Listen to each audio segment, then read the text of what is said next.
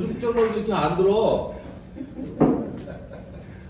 이래서 강구역이 필요한 거야. 아유 진짜 너무 배웠겠네 진짜. 아좀 평소에 좀 잘해요 좀. 옆에 가지 않잖아. 고기한테 좀 앞으로 가라고.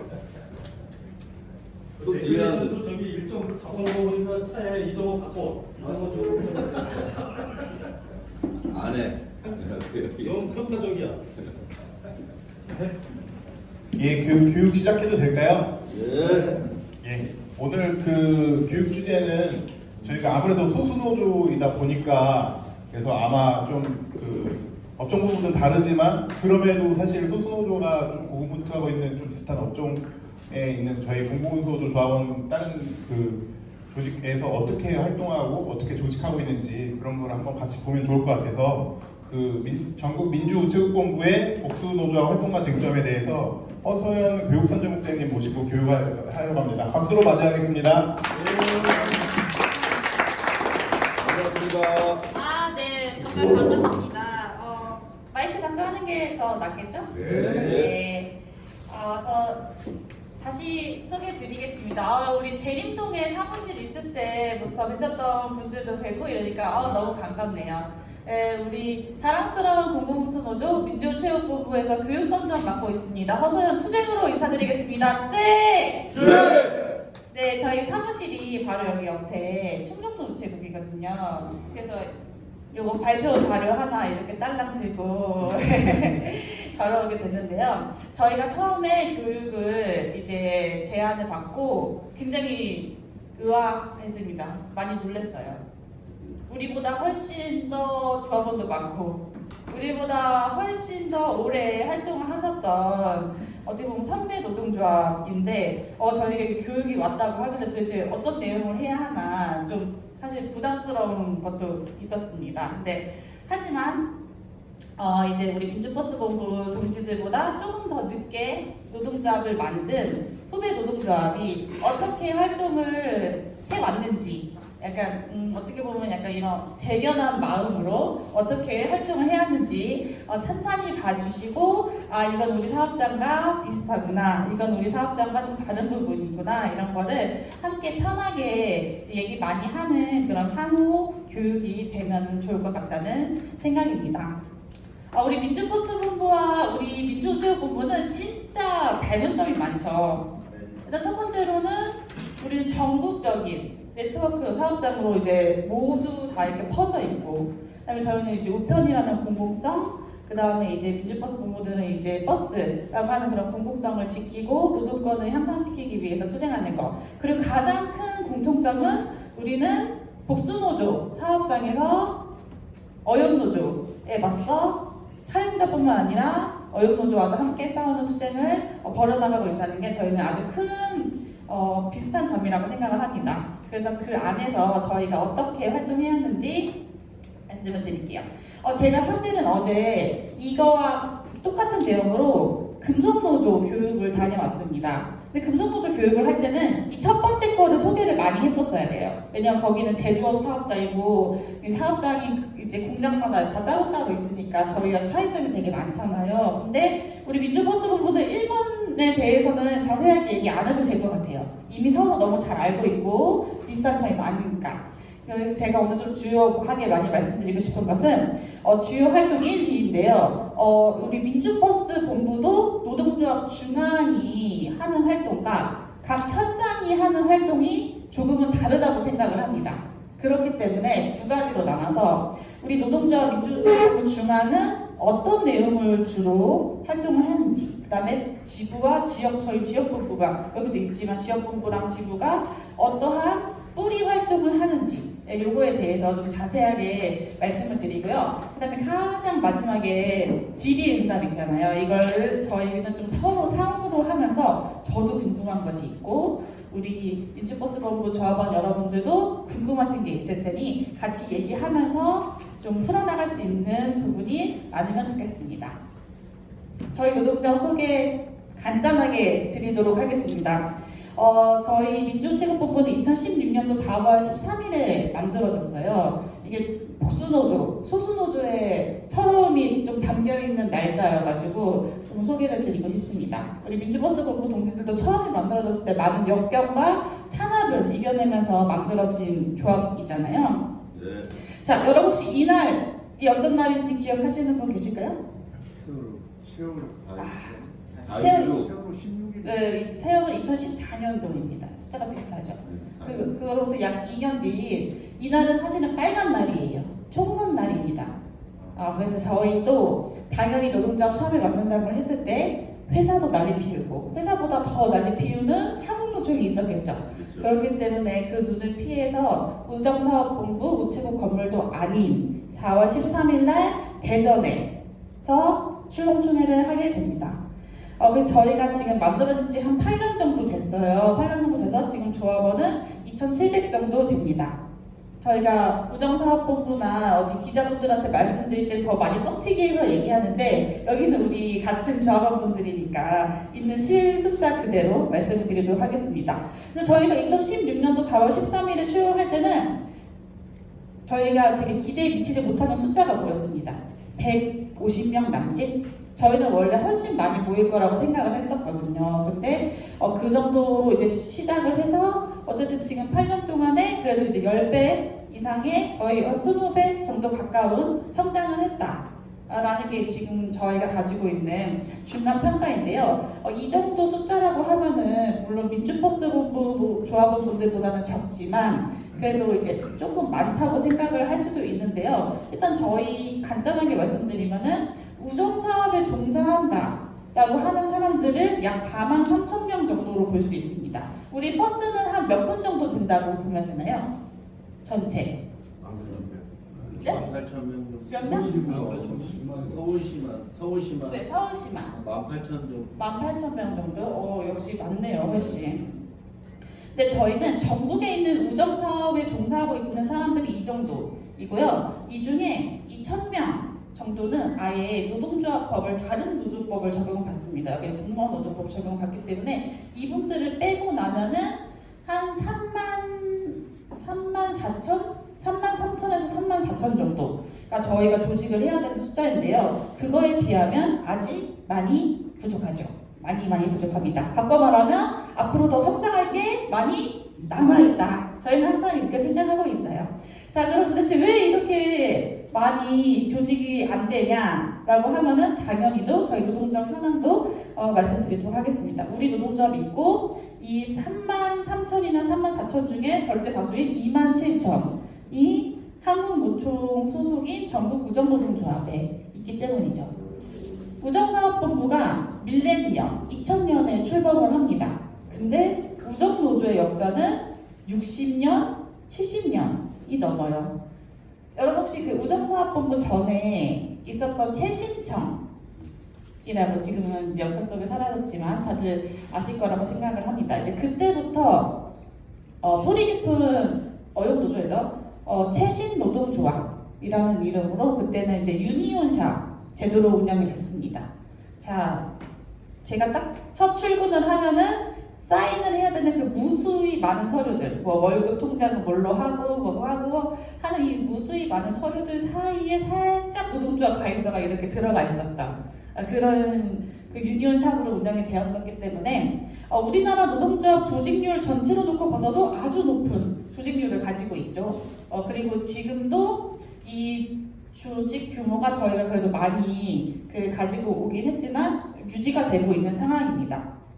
저희는 여기에 한 10% 정도를 차지하고 있고요. 여기 있는 우체국 노동조합, 민주노동조합 모두 이 우정노동조합이 하는 거를 꼴보기 싫어서 나온 그런 복수노동조합이겠죠. 이 우체국 노조가 제일 먼저 복수노조 합법화 되자마자 나왔고요. 그리고 난 다음에 이제 저희가 나왔고, 그 다음에 민주노동조합이 나왔고, 이렇게 되고 있습니다. 그래서 지금 저희가 상부 단일화 절차를 진행하고 해서 같이 교섭을 하고 있는 같은 단체 협약을 맺고 있는 곳이 이렇게 4개 노동조합.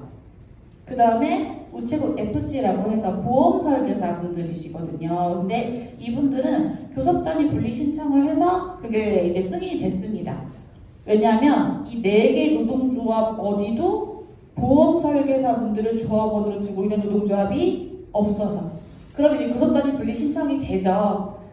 저보다 훨씬 더 전문가분들이 많으시니까 아실 거라고 생각합니다. 그래서 지금 여기는 따로 단체 협약을 한 번 최초로 맺었습니다. 이 노동조합들은 만들어진 지 얼마 안 된 곳이에요. 그래서 일단은 저희는 오늘 이 4개 노동조합 이 같이 창구 단위나 절차를 진행해서 하고 있는 이 4개를 좀 중심으로 말씀을 드리려고 합니다. 그래도 우정사업본부는 정말로 이 인원에 비해서 노동조합이 개수가 되게 많아요.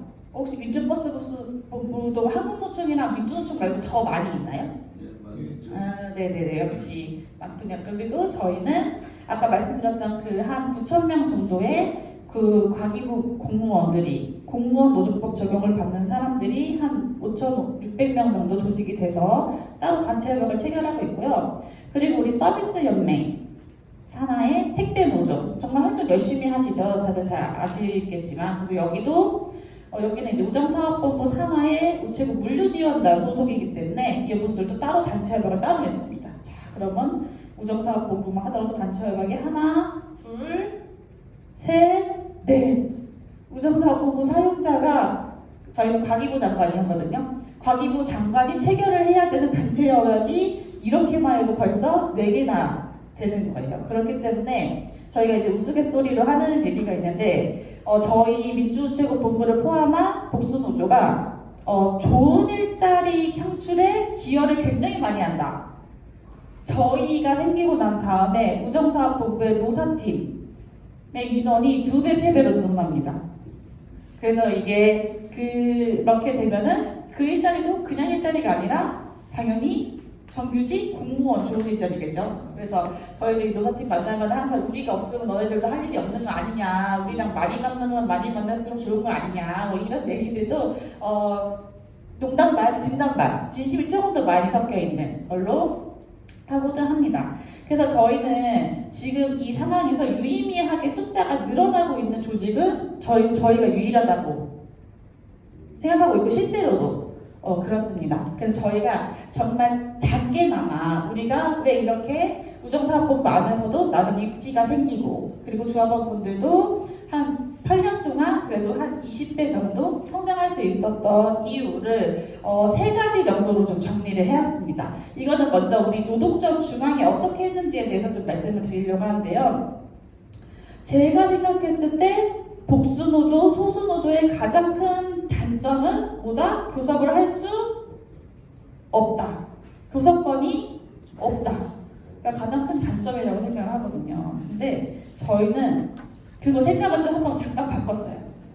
그래서 우리는 교섭할 권한이 없으니 교섭을 제대로 해야 될 책임과 의무는 모두 누구에게 있다? 잘난 교섭 대표 노동조합에게 있다. 이렇게 생각을 했습니다. 그러니까 이게 이렇게 표현하는 게 100% 맞는 말은 아니지만 어떤 책임 없는 자유라고 해야 할까요? 그러니까 이렇게 좀 생각을 한번 바꿔봤어요.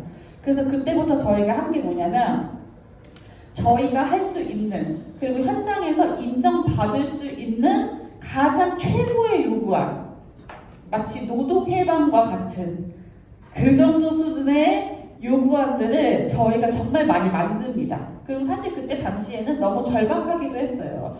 1년에 전국의 집배원분들이 한 2만 명 정도 되는데 그 중에 25분이 돌아가시고 그것도 교통사고나 안전사고 이런 거뿐만 아니라 우리 버스 노무도 많이 있죠.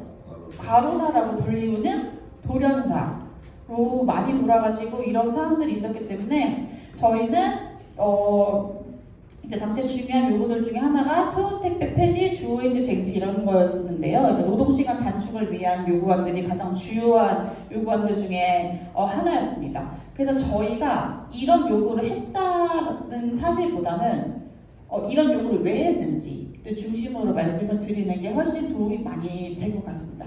요구하는 사업장마다 다 다르잖아요. 그래서 저희는 저희가 할 수 있는 모든 요구안 정말 이것은 만약에 우정노조가 교섭대표 노동조합인데 우리 요구안으로 다 교섭을 할 수 있을까? 관철시킬 수 있을까? 하지 못할 것이다 하는 수준의 요구안.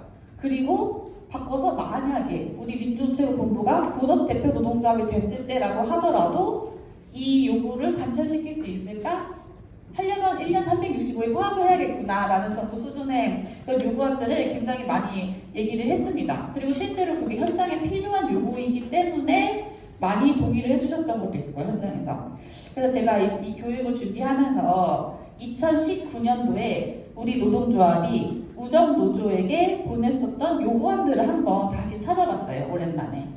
너무 기분이 좋더라고요. 왜냐면 저희가 우정노조한테 보냈던 대부분의 이 교섭 똑바로 해라라고 보냈던 요구안들이 대부분 다 현장에 반영이 돼서 타결이 됐었던 것들이 대부분이더라고요. 그래서 이게 저희가 집배 부하량이라고 해서 집배원들이 몇 명 필요하냐 이렇게 인력을 재는 그런 제도가 있습니다. 인력 기준에 대한 제도가 있는데 이게 부당하다 보니까 집배 부하량 활용을 중단하라고 하니까 집배 부하량의 집배 업무 감독 시스템이거든요. 2019년도 8월에 얘기하니까 2020년도 7월에 집배 부하량 폐지하겠다고 합의를 합니다. 그리고 저희가 집배원분들 겸배라고 해서 대체 인력이 없는 그런 시스템인데요. 그래서 내가 쉬면은 내 동료가 내 일을 대신해야 되는 그걸 겸배라고 합니다. 겸배 제도 폐지하라고 했더니만 겸배 제도를 폐지하지까지 못했지만 개선하는 그런 그 노사 협의회를 진행을 했고요. 당연히 폐지가 아니고 개선이니까 저희가 더 비판할 것들이 많았겠죠. 그래서 이건 나중에 후속 사업으로도 진행을 했었습니다. 그다음에 저희가 이제 집배원분들이 임금체불이 있었던 적이 있어서 이걸 요구해서 나중에 이제 집배원 임금체불에 대해서도 다 해결을 하고 받아내게 됩니다. 별점호 체불에 관한 사항도 마찬가지고요. 저희가 이거를 이제 현장에서 뭐 1년, 2년, 3년, 4년, 5년, 6년 이렇게 하다 보니까 조금 분위기가 바뀌는 거예요. 민주우체국본부가 얘기를 하면 실제로 그게 되네? 그거를 우정노조가 받아서 실제로 체결을 하네? 여기 되게 잘 싸운다. 잘하네. 무슨 문제가 생기면 여기다가 얘기하는 게 더 빠르겠다. 이런 분위기가 조금씩 생기게 됩니다. 만약에 우정노조만 있었으면 절대 바뀌지 않았을 것 같은 그런 제도들이 우리 노동조합이 생기고 요구를 하면서 바뀌고 있다라고 하는 것들을 만들었던 게 저희가 첫 번째였었던 것 같아요. 그래서 우리가 교섭권이 없는 게 복수노조법의 가장 큰 허점이고 저희가 생각했을 때는 도대체 이럴 거면 도대체 우리나라에서 왜 복수노조를 합법화해줬나? 라는 생각이 들 정도로 이제 교섭에 대한 권한은 창구단위를 거쳐서 교섭 대표 노동조합에게만 가지고 있게 하는 것이 부당하지만 저희는 그것을 한번 바꿔서 그렇게 해서 우리는 현장에 있는 모든 요구들을 모아서 이 요구를 내고 그것을 관철시키지 않거나 못하면 우정노조가 굉장히 무능하다라는 그런 프레임을 만들려고 노력을 했고 관철을 시키면 그것은 또 우리가 요구했기 때문에 관철이 된 거다라고 하는 그런 현장 선정 사업들을 굉장히 많이 했습니다. 네, 그리고 두 번째는 이거는 저희가 어쩔 수 없었던 것 같아요. 작고 교섭권이 없는 노동조합으로서 우정사업본부 안에만 있을 수 없었습니다. 그래서 이게 말이 좋아서 우정사업본부의 교섭 단위를 뛰어넘는 투쟁이지 사실 우정사업본부는 저희를 교섭해주지 않잖아요. 그러니까 우리는 됐다, 너네들 건너뛰고 우리는 뭐 찾아갈 수 있는 기관들은 다 찾아간 것 같아요. 뭐 정부, 국회, 노동부, 우리 민주버스 공동체들도 많이 가시겠지만 그렇게 해서 오히려 정부, 노동부, 국회 이런 곳에서 우정사업본부로 어떠한 게 내려오게 이렇게 했었던 작업들을 초창기 때부터 꾸준히 했고 지금도 계속 하고 있습니다. 그래서 대표적인 게 저희가 지난 21대 국회 때 그 정의당의 이제 이은주 의원이 대표 발의해서 집배관 보건안전 및 복지지원법이라고 해서 아까 여기 겸배 제도에 대해서 우정노조가 폐지하지는 못하고 개선밖에 못했잖아요. 이게 현장에서 완전히 사라지지 않았거든요. 그래서 이 겸배제도를 완전 없애기 하기 위한 법을 개정도 아니고 제정법을 하는 것을 저희가 그 이은주 의원 포함해가지고 진행을 했습니다. 이거 하는데 한 1년 걸렸어요. 그래서 이렇게 되면은 우정사업본부가 맨날 국회로 불려가거든요. 저희는 상임위가 가방이 여기는 국토인가요? 어디? 국토에 맞죠. 그래서 저희는 과방위에서 우정사업본부를 맨날 불러요. 불러서 이거 집배원 경배 문제라고 하는데 도대체 너네 왜 해결 안 하니? 해결 방법 내놓으렴. 이거를 계속하게 만듭니다. 그래서 저희는 이런 국회 사업 같은 것들이나 어쨌든 찾아갈 수 있는 곳들은 계속 찾아간다. 그래서 이제 저희가 2016년도에 만들어지고 난 다음부터 작년까지 저희가 했었던 국정감사에 현장 질의를 했었던 목록입니다. 보시면은 뭐 내용은 별로 안 중요하지만 저는 이 연도를 좀 공유하고 싶은데요. 2017년도, 18년도, 19년도부터 23년도까지 한 해도 빠지지 않고 매년 국정감사 때 우정사업본부장이 나오면 너네 왜 집배원 노동조건 개선 안 해? 라고 하는 질문을 단 한 번이라도 듣게, 하다못해 죄송합니다 아니면은 다음에 대책을 내놓겠습니다 라고 하는 답변을 단 한 번이라도 받을 수 있도록 하는 것을 정말 많이 했습니다. 지금 올해도 이제 10월 7일부터 국정감사가 시작되잖아요. 저희는 10월 8일이거든요. 화요일날. 이제 그걸 하기 위해서 지금도 22대 국회 과방위 의원들과 국정감사를 준비하고 있어요. 근데 이걸 이렇게 한번 해놓잖아요. 그럼 저희가 보도자료 뿌리고 현장에다가 내놓고 이렇게 하면은 민주노총본부가 이런 일을 하는구나 이렇게 하면서 뭔가 우정사업, 그러니까 사실 실제로 그렇진 않지만 우정사업본부와 교섭하는 것보다 뭔가 좀 더 높은 단계에 있는 것 같은 그런 느낌적 느낌이 드는 거죠. 그러니까 현장에서 보기에는. 그래서 저희는 이런 것들을 만들려고 좀 노력을 많이 해왔습니다. 그리고 이것뿐만 아니라 저희는 이제 이 사진이 저희에게 어떤 기념비적인 사진인데요. 2017년도에 집배원 노동조건 개선 기획 추진단이라고 해서 일종의 노사정 협의체 같은 거거든요. 그리고 집배원분들의 노동조건 개선을 위해서 사측과 우정사업본부장입니다. 예전에. 그 다음에 전문가분들, 지금 이제 한노부연에 있는 김현일 교수님, 그 다음에 우리 공공운수노조, 그 다음에 노동조합들이 함께 모여서 1년 동안 집배원분들 노동조건 개선을 위해서 협의하는 협의체를 만들었어요. 근데 여러분 혹시 여기 이분 누군지 아세요? 멀어도 안 보여요. 너무 멀어요. 머리는 빡빡은 보이네, 빡빡. 이마가 좀 넓기는 한데요. 자, 이 사람은 우정노조 전 위원장인 이동호, 그리고 한국노총에서 사무총장까지 했었던 그 이동호라는 사람입니다. 그리고 여기 있는 이분은 오며 가며 보셨을 수 있겠지만 우리 지난번까지 위원장을 했었던 최승부 위원장님이고요. 지금은 이제 시흥우체국 집배원이셔가지고 현장에 돌아가서 열심히 오토바이 타고 일하고 계십니다. 저희한테 이게 기념비적인 사진인 게 이 이동호 전 위원장과 최승부 전 위원장이 한 사진에 한 커트에 걸려있다. 이 우정노조 위원장이 이거 안 올려고 했거든요. 너네들과 같은 사진 안에 담길 수 없다. 근데 저희가 이걸 전부까지 껴가지고 이 협의체를 만들어서 우정노조와 같은 테이블에 앉히게 하는 거를 했습니다. 그래서 그때 당시에 이제 문재인 정권 때여서 가능한 거였는데요. 이제 얘기하는 거죠. 우정노조 너네 하기 싫으면 나가. 근데 너 없이도 이 협의체는 운영이 될 거야. 그러면 그게 너희들한테 좋을까? 라고 해서 우정노조가 울며 겨자 먹기로 이 자리에 앉아서 저희와 함께 실질적인 교섭을 한 거죠. 1년 6개월 동안 사측이랑 전문가랑 함께. 사실 이 사진으로부터 현장에서 우리 노동자의 위상이 아주 높아집니다. 이게 저희는 도대체 왜 이러는지 모르겠는데 아까 이게 노동조합이 많다고 했잖아요. 그래서 어떻게 하냐면은 우정사업본부가 사업 설명회를 하면 이 4개 노동조합을 한꺼번에 묶어서 하면은 편한데 한 번에 할 수 있는데 이것을 누가 반대하냐면 우정노조가 반대합니다. 하다못해 교섭뿐만 아니라 사업 설명회조차도 너희들과 같은 테이블에 앉아서 듣고 싶지 않다 이거예요. 무조건 싫다. 어깨가 나란히 할 수 없다 이런 건데 그래서 저희는 사업 설명회를 하면 한 번, 2번, 3번, 4번 합니다.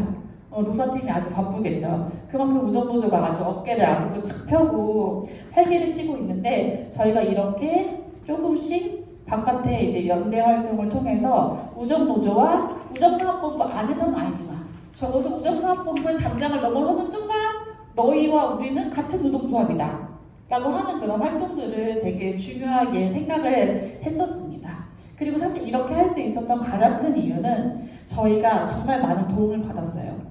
집배원분들의 연속되는 과로사 이런 것들이 문제가 되다 보니까 이제 민주노총 그다음에 우리 공공운수노조와 함께 시민사회대책위원회를 구성하고 활동해서 이때 약 30개가 넘는 시민사회 단체가 함께 참여를 해주셨습니다.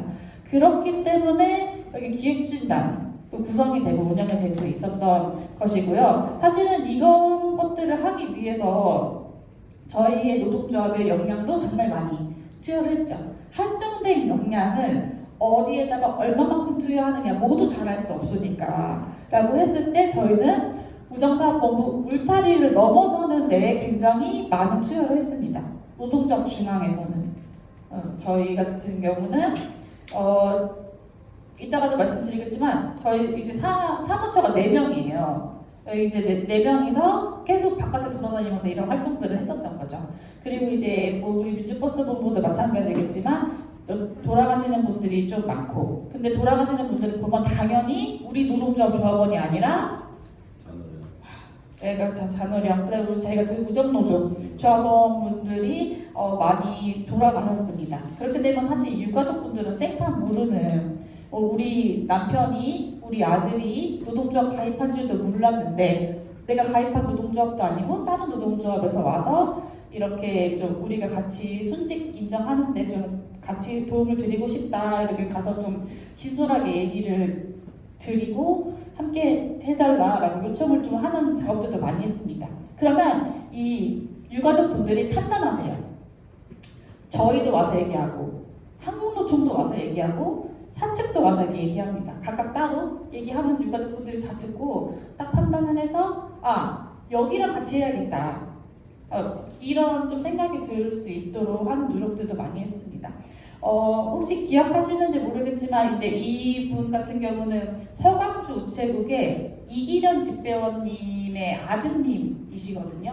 근데 이 우체국에서 와서 한다는 얘기가 이 친구가 이때 20대였는데 아버지가 돌아가신 지 얼마 안 된 상황에서 장례식장에서 너 딱히 일하는 거 별로 없는 걸로 알고 있는데 집배원 우리가 시켜줄게 약간 이런 얘기를 한 거죠. 우체국에서 우체국 들어와서 일할 수 있게 해주겠다라고 하는 것을 이제 듣고 사과도 없고 반성의 기미도 없는데 약간 마치 뭘 해주는 듯한 말투로 이런 얘기를 들으니까 너무 화가 나서 앞으로 사측이랑 얘기 안 하겠다. 그리고 이제 저희랑 얘기하겠다라고 해서 저희와 함께 이제 우체국 앞에서 1인 시위도 하고 해서 결국에는 이분이 스스로 자살하셨거든요.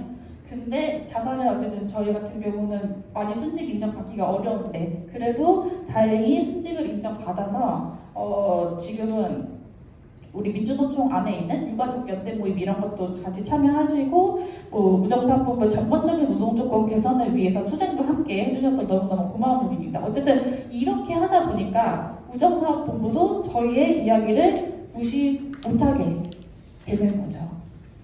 그리고 이제 저희는 이제 우정사업본부 말고 앞에 국회나 사회연대도 많이 하고 감사원이든 노동부든 갈 수 있는 곳들은 다 갔습니다.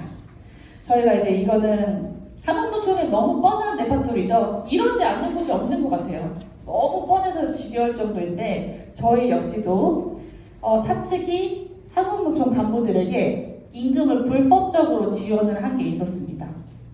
당연히 그거는 앞으로 노무관리를 잘해달라고 하는 그런 대가성 임금이겠죠. 그래서 저희가 처음에는 우정사업본부 내부 감사를 신청했는데 당연히도 문제없다.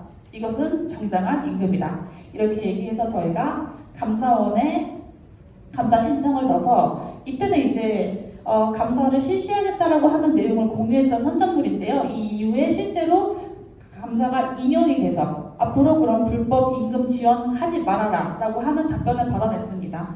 저희 또 이런 거 선정하는데 엄청나게 많이 썼죠.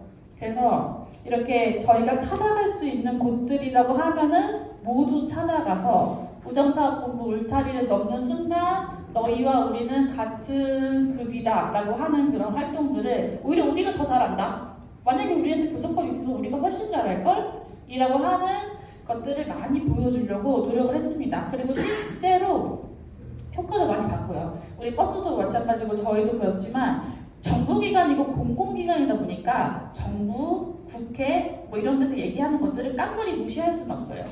오히려 이 금속노조 사업장 이런 데 있잖아요. 사기업들. 그런 데는 완전 무시하거든요. 국감장에 불러도 안 나가잖아요. 근데 저희는 국감장에 부르면 싫어도 끌려 나와야 되는 것이 조건이기 때문에 저희는 이 조건을 많이 활용을 했었습니다. 그다음에 이제 마지막으로는 민주버스 공부도 마찬가지겠지만 잔오련, 교섭대표노동조합의 교섭권을 무력화하거나 혹은 교섭의 무능함을 폭로하는 투쟁도 굉장히 많은 역량을 투여했습니다.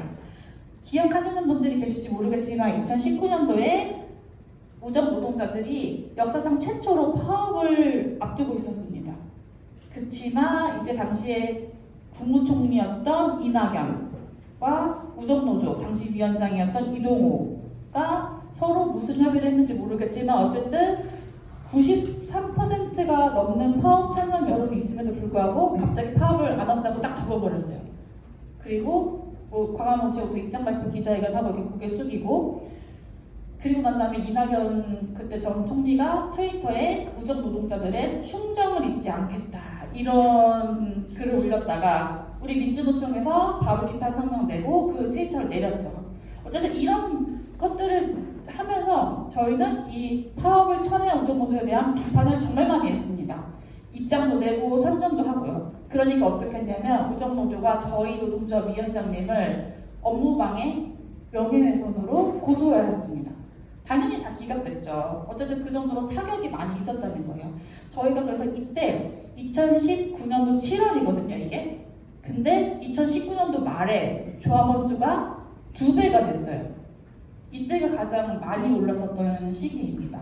그만큼 파업의 분위기를 만든 것도 우리 노동조합이었고 파업을 하자고 계속 선전하고 선동했던 것도 우리 노동조합이었는데 이게 엎어지고 나니까 이럴 거면 민주노총본부 가자 라고 하는 여론이 가장 많았었던 시기입니다.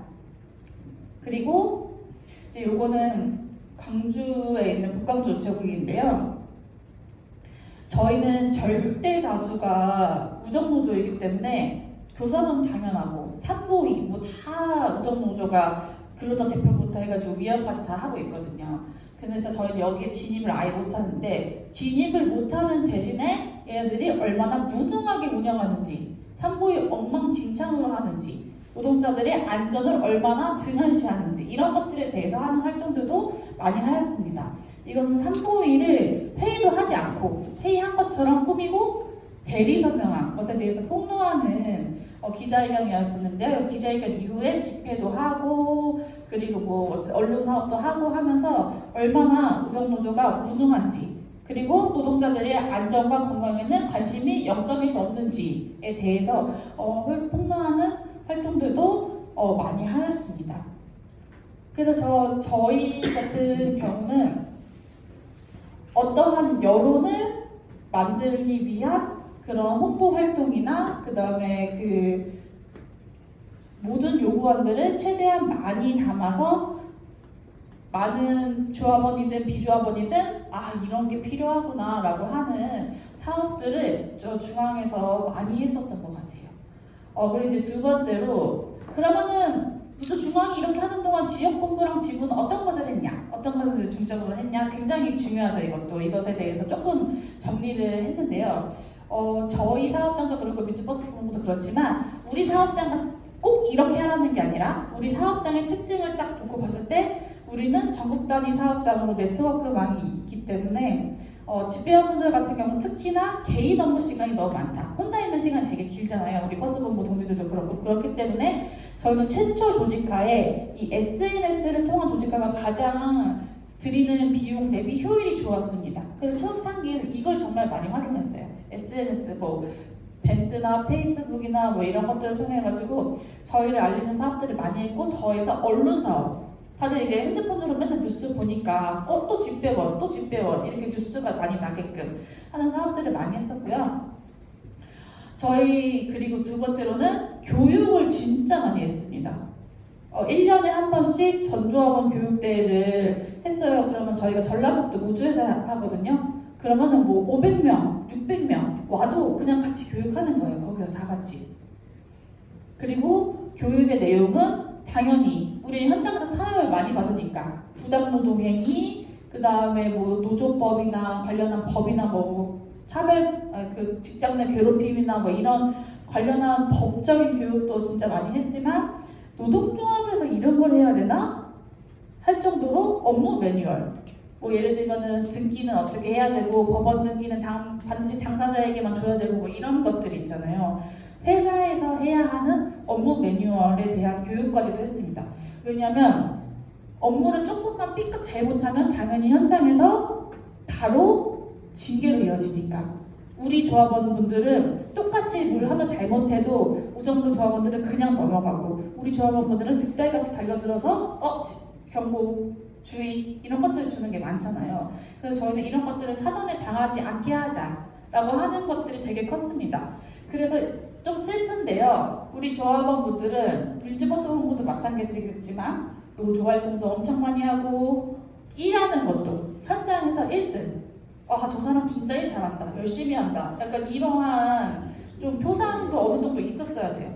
그러니까 노조 활동한다고 하면서 본연의 업무를 등한시하면 이게 현장에서는 이 사람이 인정을 못 받잖아요. 그러다 보니까 본의 아니게 24시간을 쪼개서 정말 일 다 하고 내가 노조 활동한다고 그냥 좋다 하면 내 동료들이 싫어하니까 일 다 하고 퇴근하고 새벽에 나와서 일하고 토요일에 나와서 일하고 이제 이런 어떻게 보면 너무 도덕적으로 요구가 되어진 그 기준이 너무 높죠. 저는 그래서 이따가 이것도 한번 좀 얘기를 해보고 싶은데 우리 민주버스 공무 동지들은 그러한 높은 도덕적인 요구가 약간 조금 부담스럽진 않으신지 그리고 이런 것들이 조직화하는 데 있어서 얼마만큼 좀 걸림돌이 된다고 생각하시는지 그리고 이런 걸 조금이라도 벗어나게 하기 위해서 어떤 게 필요하다고 생각하시는지 이런 것에 대해서도 저도 궁금하고 어쨌든 저희 사업자가 어떻게 했는지 이런 말씀도 좀 더 드리고 싶습니다. 한마디로 슈퍼맨이 돼야 된다는 거예요. 복수노조, 특히 소수노조 사업장에서 노조 활동한다는 것은 특히 간부이면 더더욱.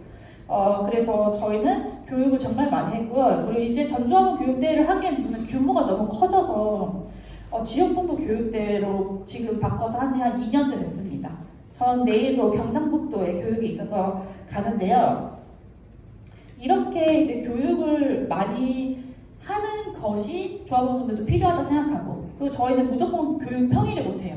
토요일날, 일요일날, 주말에 왜냐면 또 평일에 하면 또 노조 활동한다고 빠지냐 뭐 이러다 보니까 어쨌든 이런 식으로 활동을 하고 있습니다. 그리고 이제 여기가 이제 우리 지부랑 중앙이랑 같이 하는 사업인데요. 저희는 이제 노동조합에서 가장 많이 하고 가장 열심히 해야 되는 것들 중에 하나가 선전전이잖아요. 사업장을 가서 선전전 하고 하는데 그냥 선전전만 하다 보면은 변별력이 없을 수밖에 없다. 그렇기 때문에 저희는 맨 처음에 시험에 합격하면 5일 동안 교육을 받습니다. 천안에서 다 같이 모여서 집체교육을 받고 출근할 때까지 계속 우리 얼굴을 보게 만들자. 이런 생각을 많이 했어요. 그래서 저희가 직접 이 교육하는 데에 찾아갑니다. 찾아가서 안녕하세요. 우리 민주주택 공무원 노동조합인데요. 이렇게 하면서 설명도 하고 그리고 면접 볼 때도 찾아가요. 여러분들 합격을 기원합니다. 이렇게 하면서 저희가 1년에 그래도 못해도 이런 시험이나 교육이 한 20회, 30회? 한 그 정도 있거든요. 그러니까 한 3주에 한 번 정도 있다고 생각하시면 돼요. 생각보다 빈도가 많아요. 자주 뽑으니까.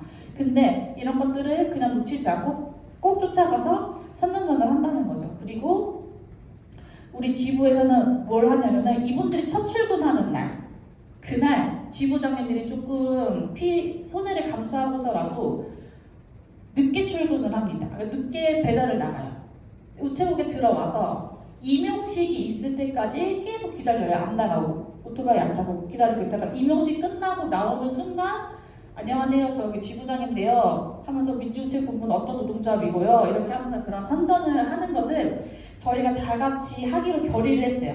출근 늦게 하는 날. 저희 출국이라고 하거든요. 나가는 거를. 출국 늦게 하는 날이라고 해서 지부장님들이 일 열심히 해야 되는 것은 맞지만 이날만큼은 신규자가 오는 날만큼은 우리 다 같이 늦게 배달 나가자.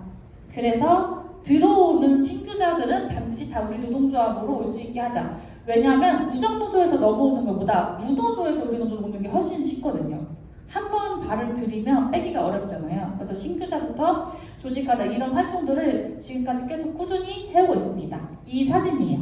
여기가 지금 교육하는 교육장이거든요. 여기서 저희가 이렇게 저희는 약소하게 선점을 하나 볼펜 하나 이렇게 나눠줬습니다. 올해만 해도 한 15번 정도는 간 것 같아요. 천안에.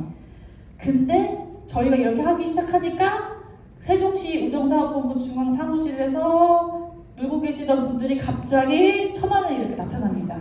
이거 우리 조합원분들 아니거든요. 이게 좀 다르잖아요. 이분들 우리 우정본부 중앙 간부님들이세요. 여기 돈 많잖아요. 저희는 없어서 아무것도 없는데 여기 막 이렇게 입간판 세우고 이거 보이시죠? 이거 과자랑 음료수거든요. 단가를 알아보니까 너무 비싸더라고요. 저희는 못하고 저희는 어쨌든 그냥 많이 보자 얼굴을 보자 이거 거의 이건 돈으로 승부하네. 네, 여기는 돈으로. 그래서 사실 좀 속상했어요. 그렇지만 언젠가는 우리의 진심을 알아줄 것이다 라고 생각해서 저희가 우정노조도 굉장히 많이 바꾼다. 우리 민주버스 본부도 마찬가지겠지만 잔오련이 우리 민주버스 본부 동지들이 있으니까 긴장하면서 더 열심히 활동하잖아요. 저희가 우정노조도 이렇게 바꾸고 있다. 아마 우리 엄청 싫어할 거예요, 이 사람들은. 그래서 이거는 저희가 그때 뿌렸던 선정물입니다. 그리고 이제 저희는 이제 선정전 할 때도 어떻게 하는 걸로 좀 많이 바뀌었냐면 여기 저희는 구분대라고 하거든요. 그러니까 집배원분들이 실내에서 작업하시는 작업장입니다. 집배실이라고 하는데요. 여기랑 여기 둘 다 여기는 서울에 있는 마포우체국, 여기는 서울에 있는 동작우체국이에요. 저희 지부가 없는 곳입니다. 바꿔 말하면 전체가 다 우정노조 조합원. 그리고 그 떵떵거리면서 계신 우정노조 지부장이 계신 곳인데요. 저는 이렇게 사업장 안으로 바깥에서 우체국 문 바깥에서 외부인처럼 이렇게 선점을 나눠주고 그렇게 하는 거 하지 말자. 괜히 우리가 더 위상이 없어 보인다. 그렇기 때문에 우리가 뭐가 잘못했냐. 우리 여기 직원들인데 다 하면서 우체국 안에 그냥 들어가서 마이크 잡고 안녕하세요. 저희 민주주의본부인데요. 저희 어떤 사업하고 있고요. 이런 활동들을 했습니다. 올해 경기도 인천 제외하고 110개 우체국을 다 다녔어요. 이렇게 하면은 난리가 나죠. 우정노조 지부장들이. 어떤 일이 있었냐면 이 마이크거든요. 마이크를 이렇게 돌려가지고 빼서 도망가요. 방송을 못하게. 그렇게 하거나 아니면 관리자들한테 엄청 항의를 해서 우리를 빨리 내쫓아라. 이런 걸 합니다. 근데 저희가 이것도 또 어쨌든 다 자기네들이 손해를 감수해야 되는 건데 이분들 다 그 근무 시간 중 조합 활동이 안 되잖아요. 이런 책 잡히기가 싫은 거죠. 그래서 다 개인 시간 내고 연가 내고 해서 무슨 상관이냐. 나 지금 자유롭게 다닐 수 있는 상황인데 너희들이 우리에게 할 수 있는 게 뭐가 있냐. 우리 지금 조합 활동하는 거다. 나 근무 중 아니다. 이렇게 하면서 저희는 좀 활동하는 것을 좀 많이 했습니다. 그래서 어떻게 보면은 간부님들의 희생과 헌신, 그 다음에 노동조합에 대한 자부심으로 굉장히 높은 수준의 활동을 좀 강요받으면서 해왔던 게 우리 노동조합 중앙과 간부님들의 활동인 거죠. 어떻게 보면. 그렇기 때문에 좀 정리를 한번 해보자면 저희는 교섭을 하진 않더라도 우리가 대한노동조합이고 대표노조다라고 하는 그런 그 자부심과 자꾸 그런 프레임을 만들려고 노력을 많이 했습니다. 그리고 아까 말씀드렸던 것처럼 사업장 특성을 활용해서 우리 그 SNS나 어쨌든 온라인 활동들을 많이 했었고요. 우리가 사업장에 있는 우리 노동조합의 크기가 작기 때문에 힘을 더 키우기 위해 우리의 등에 정부, 국회, 노동부, 시민사회단체 이런 것들을 쌓아서 우리의 몸집과 그 다음에 우리의 활동이 크다라고 하는 것들을 많이 보여주려고 노력을 했습니다. 현장의 작은 불이익도 받지 않게 하기 위해서 그 교육을 굉장히 신경을 많이 써서 저희가 이런 말을 진짜 많이 했어요. 전 조합원의 간부화가 필요하다. 그렇게 해서 교육을 지부, 지역본부, 본부, 노동조합 중앙에서도 할 수 있도록 노력을 굉장히 많이 했습니다. 저희 활동을 이렇게 정도로 좀 정리할 수 있을 것 같아요. 물론 우리 민주버스 본부 조합원 동지들께서 더 많은 것들을 하셨겠지만 그래서 이제 마지막으로 그럼 도대체 민주주체국본부 너는 무슨 전망을 가지고 있냐? 앞으로 너희들이 몇 년 동안 활동해서 교섭 대표 노동조합의 지위를 얻을 수 있냐? 그렇게 하기 위해서 필요한 게 뭐냐라고 했을 때 3가지 정도를 좀 정리를 해봤습니다. 첫 번째로는 세대 교체. 저희도 이거는 사실 사업장마다 어떤지 잘 모르겠어요. 계속 젊은 친구들이 들어오거든요. 그리고 저희 특히나 아까 이때 2017년도에 했었던 이 기획추진단 때 노동 시간을 줄이는 게 권고로 나왔거든요. 근데 여러분 노동 시간을 줄이려면 뭐가 제일 필요할까요? 일어나서 그렇죠. 사람이 필요하잖아요. 그렇기 때문에 이때 집배원들이 한 2,500명 정도 증원이 됩니다. 그러니까 이때 들어온 친구들이 지금 5년차, 6년차 되는 거예요, 직장. 그러니까 이 분들이 이렇게 많이 들어왔는데 들어오고 놓고 보니까 옛날에 1년에 25명씩 죽고 1년에 노동시간이 2,800시간이고 이럴 땐 아닌 거예요. 이분들이 들어온 거는. 조금 많이 바뀐 상태에서 들어와 보니까 뭐야 우정노조는 민주노총보다 하는 것도 비슷한 것 같고 나는 그냥 퇴근해서 내일 할 일 하면 되는 것 같고 그리고 심지어 민주노총보다 노동조합보다 더 비싸요. 내가 꼭 여기 가야 되나? 나 그냥 내일 하고 퇴근하면 되지. 노동조합 둘 다 필요 없어. 이런 분들이 많단 말이죠. 그렇기 때문에 저희는 이 대거 유입되는 젊은 분들에 맞는 요구안이 뭘까? 그리고 이분들을 조직하기 위해서 필요한 게 뭘까? 이런 것들을 요즘에 좀 많이 고민하고 실천하려고 합니다. 그래서 저희는 올해 11월에 저희 조합은 처음 하는 거예요. 청년 조합원 대회를 합니다. 그래서 청년 조합원 분들의 요구는 뭐고 앞으로 우리 노동조합이 어떻게 바뀌어야 되고 이런 것들에 대해서 좀 고민하는 것을 좀 해보려고 합니다. 두 번째로는 이 공공기관이나 정부기관이면 다 마찬가지인 것 같은데 어쨌든 적자, 예산 이런 것들에 대한 제약이 굉장히 큽니다. 특히 이거 아까 설명에서 빠지기는 했는데요. 일부러 안 한 거긴 한데 우정사업본부는 1년 예산이 10조가 조금 넘습니다. 근데 그중에 이 우편이 지금 보면은 예산은 이러지만 우편 사업이 1년에 1,000억에서 1,500억 원 정도가 적자가 나요. 그러니까 당연히 우정사업본부는 인력을 늘리거나 노동 조건을 개선하는데 별로 관심이 없겠죠. 왜냐면 돈 아껴야 되니까. 그래서 저희 현장에서는 어떤 일이 일어나냐면 집배원분들은 하루에 오토바이를 몇 킬로 타는지가 되게 중요하거든요. 그걸로 인해서 부하량이 높거나 낮거나 이렇게 갈려요. 그럼 이제 우정노조 지부장이 조합원들에게 문자를 보냅니다. 자, 여러분 들어오기 전에 땡땡 초등학교 운동장을 10바퀴 돌고 오세요. 오토바이로. 그렇게 하면은 키로수가 늘어나니까. 여러분 우리의 미래의 일자리가 줄어들 수도 있으니 우리 하루에 택배를 10개씩 더 배달합시다. 이런 걸 이제 우정노조 지부장이 조합원들에게 문자를 보냅니다. 우정노조 한국노총도 이 사용자의 적자 논리를 깨고 싶은 생각이 없는 거예요. 그리고 할 수 없는 거예요.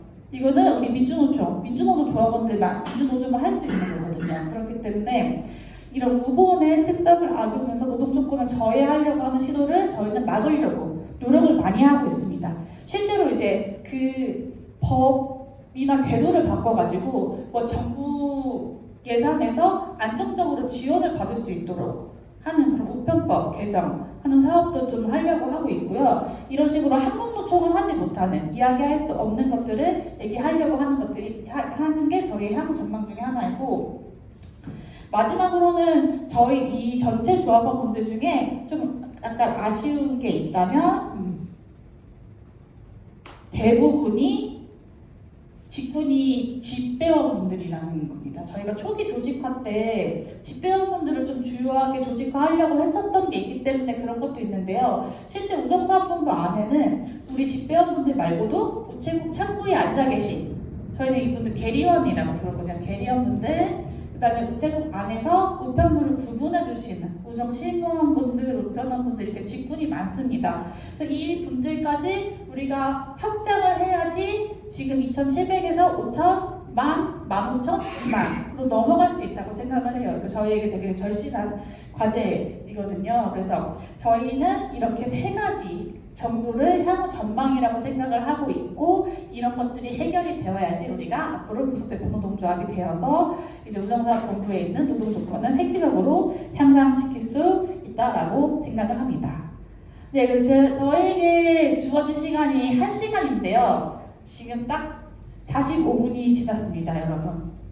좀 어때요? 내용 괜찮았나요? 네, 너무 잘하십니다. 아이, 감사합니다. 그래서 제가 준비한 내용 여기까지인데요. 아까 말씀드렸던 것처럼 일방적인 질문과 답변이 아니라 좀 같이 얘기하고 싶은 것들이 있었거든요. 특히 더 활동 오래 하셨던 분들이기 때문에. 그래서 질의응답을 그냥 하면은 내용에 대한 것만 될 것 같아서 어떤 것들을 좀 중심으로 얘기하면 좋을지를 좀 가지고 와봤습니다. 제가 생각했을 때 복수노조에서 활동했을 때 드는 큰 낭만들인데요. 첫 번째는 산 넘어 산. 우리는 사용자랑만 싸워서 되는 게 아니고 사용자보다 더 꼴보기 싫은 교섭대표노동조합, 이런 교섭 배제나 무시 등과 함께 맞서서 활동을 해야 되는 게 복수노조의 어려운 줄 중에 하나가 아닌가. 그래서 혹시 이런 것들에 대해서는 좀 현장에서 어떻게 하시는지 저도 궁금하기도 하고 더 질의가 있다면 주셔도 좋을 것 같고요.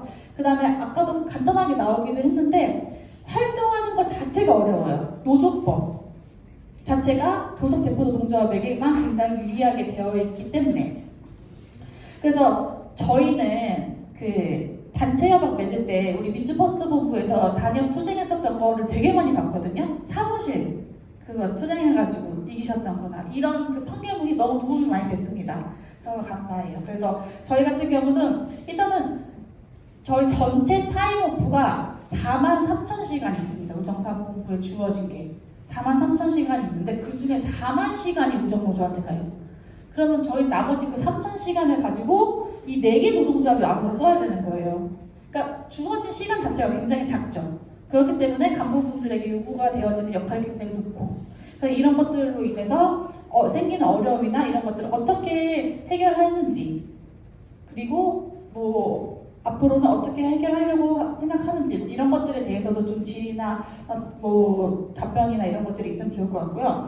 그다음에 마지막으로는 이게 현장에서 느끼는 건데, 내가 어느 회사를 들어가든 노동조합을 가입하는 것이 필수는 아니잖아요. 나의 자유인데 그렇기 때문에 우리나라 조직률이 많이 높지도 않고, 그런데 그 노동조합들 중에서도 조합비도 비싸고 왠지 가면 더 많이 싸워야 될 것 같고 더 많이 활동해야 될 것 같고 내 시간도 더 많이 들여야 될 것 같은 이런 높은 진입장벽인 것처럼 보이는 이 복수노조에서 어떻게 활동하는 것이 좋을까. 그 다음에 비조합원분들 같은 경우도 저희는 창구에 있는 대리원분들이 그런 얘기 많이 하시거든요. 민주노총에 가면 집회도 많이 나가고 돈도 더 많이 내고 더 많이 써야 되는 거 아니에요? 이런 얘기를 많이 하십니다.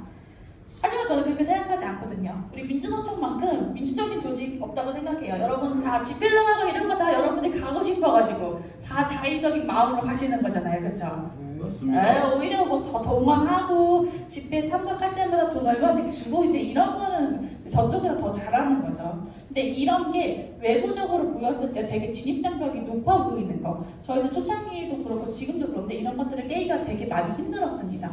그래서 혹시 뭐 저희 사업장에서 이런 것들을 깨기 위한 활동들이 어떤 게 더 있었는지 궁금하시면 그런 거를 물어봐도 좋을 것 같고, 아니면 저희에게 좀 해주고 싶은 이런 거를 깨기 위해서 했었던 노력들이 있다면 이런 게 어떤 게 있는지 이런 것도 좀 더 말씀을 해주시면은 좋을 것 같습니다. 네, 그래서 제가 준비한 내용은 여기까지이고요. 앞으로 뭐 질의응답도 더 해서 얘기를 더 많이 해보면 좋겠지만, 어쨌든 저는 오늘 교육을 통해서 그 앞에서 열심히 활동하셨던 것도 좀 더 같이 들어보고, 그다음 저희가 좀 더 얘기가 부족한 게 있다면은 그런 것도 함께 더 나눠보는 그런 질의응답 시간까지 좀 같이 해보면 좋겠습니다. 네, 일단 제 발제는 여기까지입니다. 감사합니다.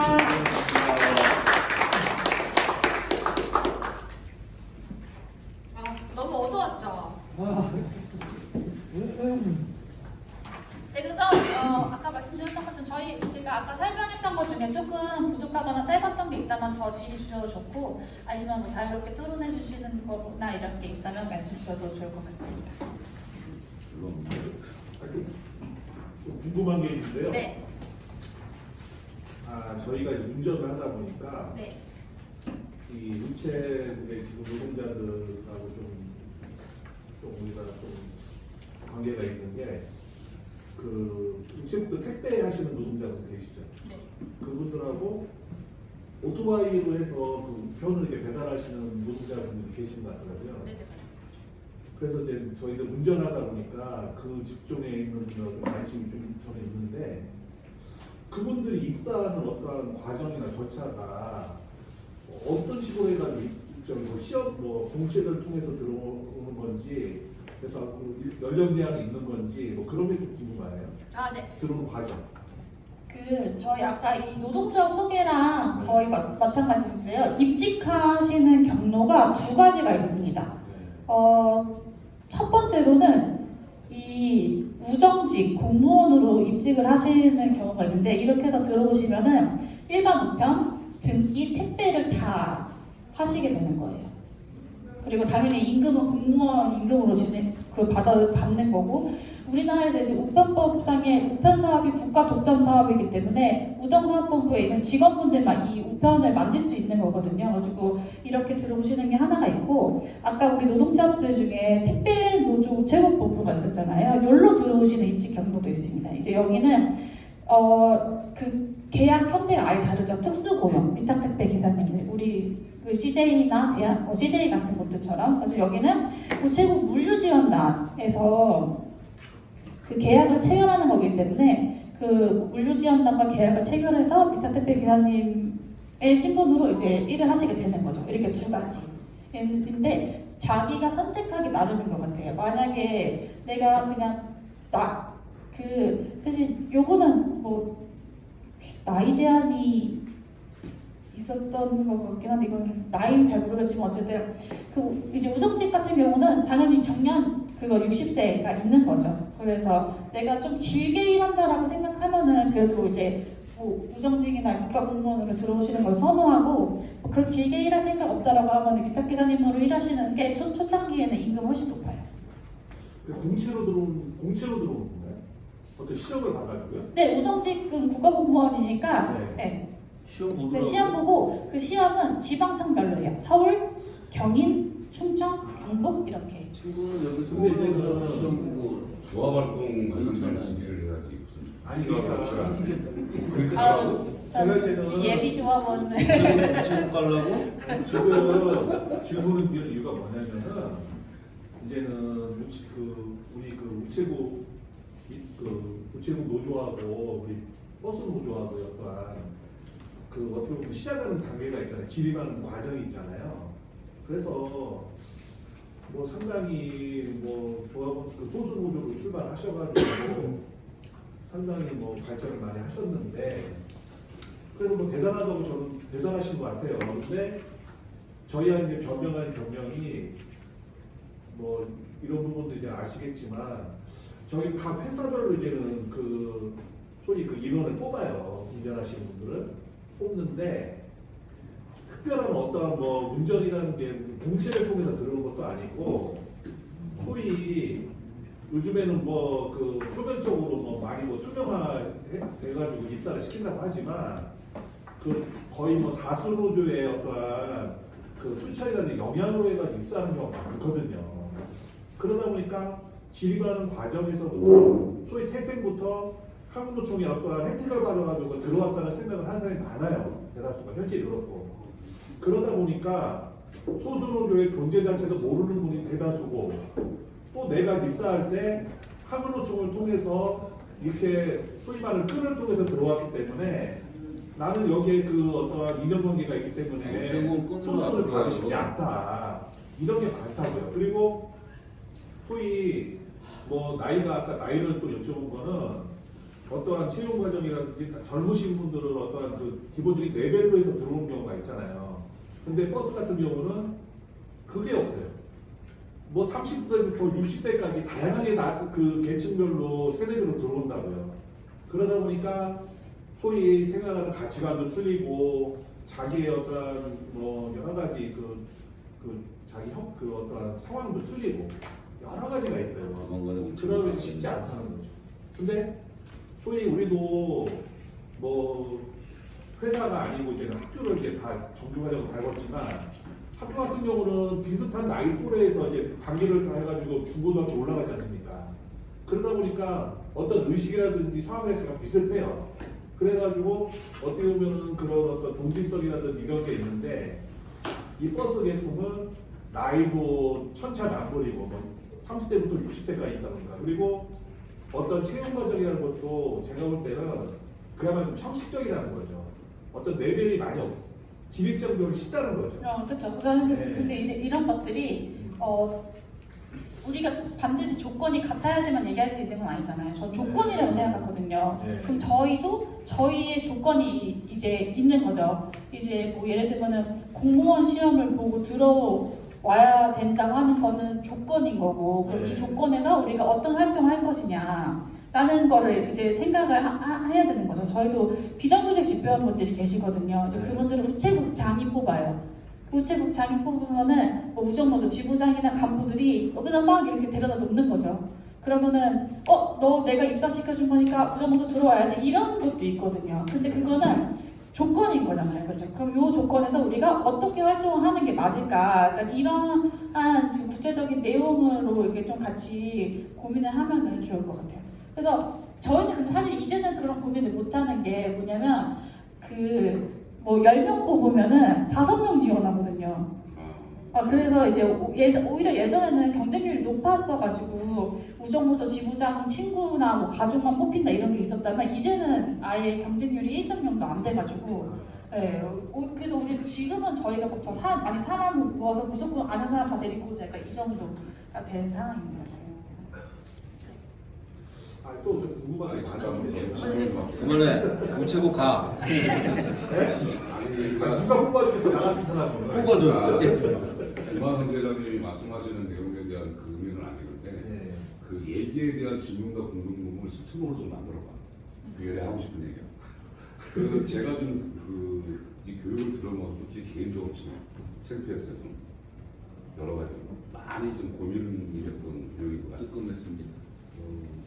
그 출발이나 여러 가지 조건들, 그다음에 선전하는 활동, 그다음에 투쟁 관련된 과정들 실제로 저희들하고 이게 가깝게 연결되는 것들이 많다라고 봤는데 얘기를 들으면서 저희가 놓치고 가는 게 많더라고요.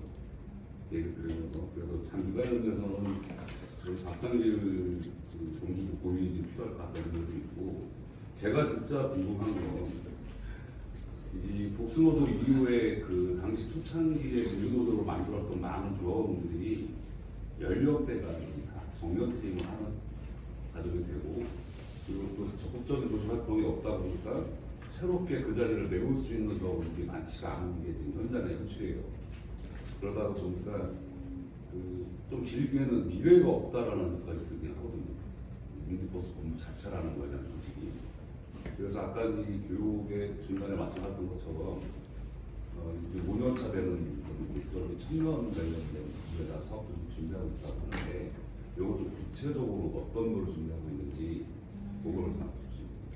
네, 아까 제가 말씀드렸던 것 중에 이 새롭게 들어오신 분들은 1년에 2,800시간 노동시간도 아니고 1년에 25명씩 집배원이 돌아가시던 시절도 아닌 상태에서 들어오다 보니까 노동적인 필요성을 못 느낀다라고 말씀드렸잖아요. 근데 이게 너무나도 기존에 있었던 사람들의 생각이더라고요. 그러니까 새로 들어온 사람들은 예전에 비해서 좋아진 거 모르잖아요. 그냥 이거는 내가 들어오니까 내가 처음 겪게 된 노동 조건이라는 거죠. 그래서 이분들이 갖고 있는 비판 지점이나 불만 지점들이 100% 있다. 근데 오히려 그게 우리 기존에 활동하셨던 분들이 어떻게 느끼냐면 야 그게 뭐야 그 정도 야 나는 더 많이 했어 뭐 이런 그러니까 이렇게 생각하는 것 자체가 일단 문제더라고요. 그래서 사실 청년조합원 교육대를 하는 게 그게 어떤 요구안이든지 간에 뭐야 너 결국에는 덜 일하고 더 돈 받고 싶어 하는 거 아니야? 라고 하는 요구안일지라도 그 세대에 맞는 요구안을 발굴하고 그것을 정책화해내는 게 노동조합의 역할이겠구나 이런 생각을 많이 했거든요. 이게 왜 이렇게 생각하게 됐냐면 혹시 여러분들 아시는지 모르겠지만 DC 인사이드라고 하는 그 온라인 커뮤니티 같은 게 있더라고요. 그래서 거기에 보면은 저희는 지금 저도 그렇게 나이가 많은 편은 아니지만 제가 SNS 안 하다 보니까 뭐 네이버 밴드나 페이스북 이런 거를 SNS 활동하니 한다고 했는데 그걸 요즘 젊은 친구들은 안 하고 몰라요. 그러니까 다 그 커뮤니티를 옮겨갔더라고요. 거기 우체국 갤러리라고 있어서 한번 들어가 보니까 거기에 제가 보기에는 너무나도 헌신적인 우리 지부장님, 제가 봤을 때 너무 멋있는 우리 지역본부장님들도 너무 기성세대가 돼버린 거예요. 그러니까 거기에 우리 노조 지부장이나 지역본부장님들에 대한 욕도 올라오더라고요. 그러니까 우리가 봤을 때 너무 민주노조의 전형이고 너무 열심히 하는데 이게 실제 현장에 있는 젊은 분들한테 이게 어떻게 보일지 모르는 거거든요. 우정노조 지부장한테 가서 지부장님 저 이 구역이 너무 힘들고 이러니까 한 3분의 1만 잘라주시면 안 될까요? 이렇게 얘기하는데 우정노조 지부장이나 우리 노조 지부장이나 똑같이 얘기한다는 거예요. 야 그게 뭐가 힘들어. 나중에 신입 들어오면 그때 바꿔줄 수도 있고 다시 얘기해보자 이렇게 하면서 뭔가 별거 아닌 것처럼 얘기하는 그런 분위기 혹은 되게 경직된 조직 문화 물론 지금 봤을 때는 어린 친구들이 되게 버릇도 없어 보인다 이렇게 생각할 수 있지만 실제 그 친구들은 진짜 버릇없고 싶어서 그런 건 아니거든요. 약간 그런 걸 이해하려고 하는 거 그러니까 그거에서부터 좀 시작을 해야 되겠더라고요. 그건 물론 젊은 친구들의 이해만 우리가 100% 해야 될 필요는 없지만 서로 설득을 해야 되는 그 설명을 해야 되는 그런 과정이 필요하다. 그래서 사실 저희도 12월에 생길 이제 청년 조합원 교육대회 때 무슨 얘기가 나올지 저희도 사실 잘 모르겠어요. 그렇지만 최대한 열린 자세를 듣고 우리 노동조합의 투쟁 과정도 많이 바꿔야 된다. 그리고 저희가 노동조합에서 많이 바뀐 거는 저희 되게 간부들의 헌신을 많이 요구했잖아요. 회의하거나 교육대회 하거나 하면은 교통비 지급이 없었어요. 그리고 무조건 주말에. 그래서 자기 시간 다 빼고 했을 때 그렇게 하니까 안 되겠더라고요. 그래서 저희도 조금 바꿔서 이번에 청년조합원 교육대회는 평일에 하고요. 그다음에 교통비도 많이 발전해서 편도는 지급을 합니다. 이렇게 해서라도 좀 사람을 모으자. 이렇게 조금씩 바꾸려고 하는 것들이 조금 변화할 수 있는 작은 출발이라고 생각을 합니다. 하나 더 있는데요. 저희들도 그 회원마다 교섭대표노조한테 요구하는 임금이라든가 단체가 요구하는 걸 취하거든요. 근데 저희는 보통 그 관련된 과정으로 SNS를 통해서 지혜 대표자들을 통해서 의견을 취합을 받는 형태거든요. 근데 이렇게 하다 보니까 실제로 그 생각들이 새로운 것들이 안 나오는 거예요. 거의 대동소이 비슷해서 새로운 게 별로 없다라는 느낌이 좀 많이 받았어요. 혹시 이 관련된 단체가 요구안이라든가 이런 거를 어떤 형태로 취합을 하고 계신지 궁금합니다. 저희는 오히려 이제 현장에다가 당연히 물어보거든요. 물어봐서 수업을 하는데 약간 그거는 진짜 요구안을 받는다라기보다는 우리가 지금 이런 활동을 하고 있어요 라고 하는 그런 홍보에 더 가까워요.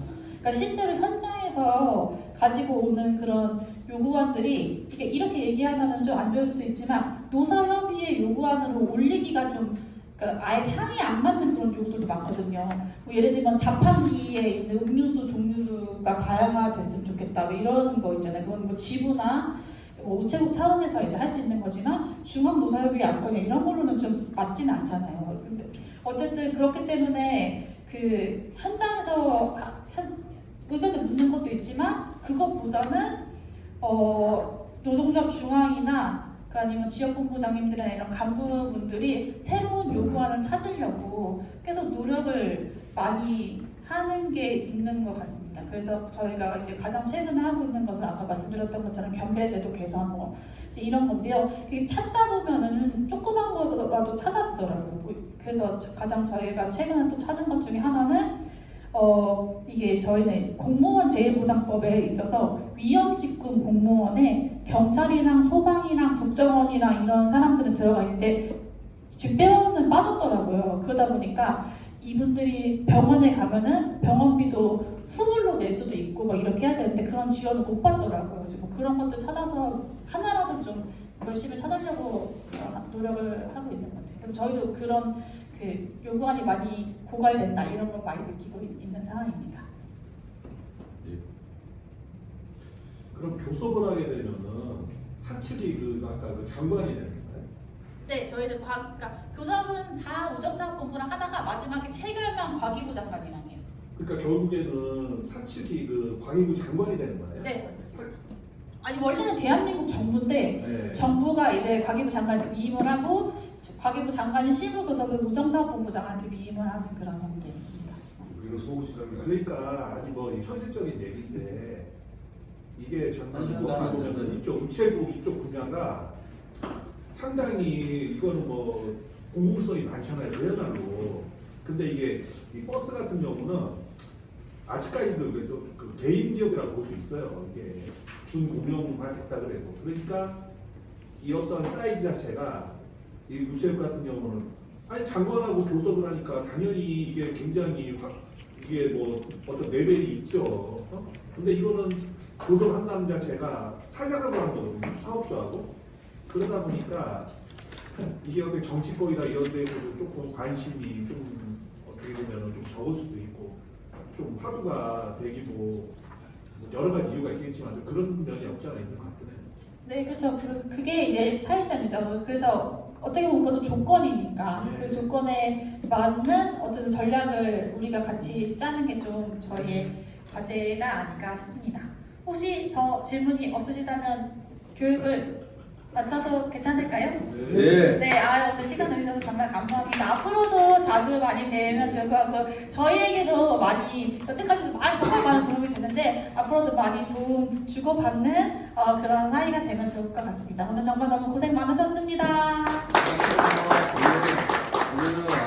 잠깐 쉬었다가 이후에는 그 저희 운영위원회 진행하겠습니다. 잠깐 화장실도 다녀오십시오. 김원 선생님이 시간을 다 써갖고 나는 물어보지는 못하고 적당히 하니 혼자만 하고 가고 싶어. 근데 누가 나를 꼭 땡겨줘.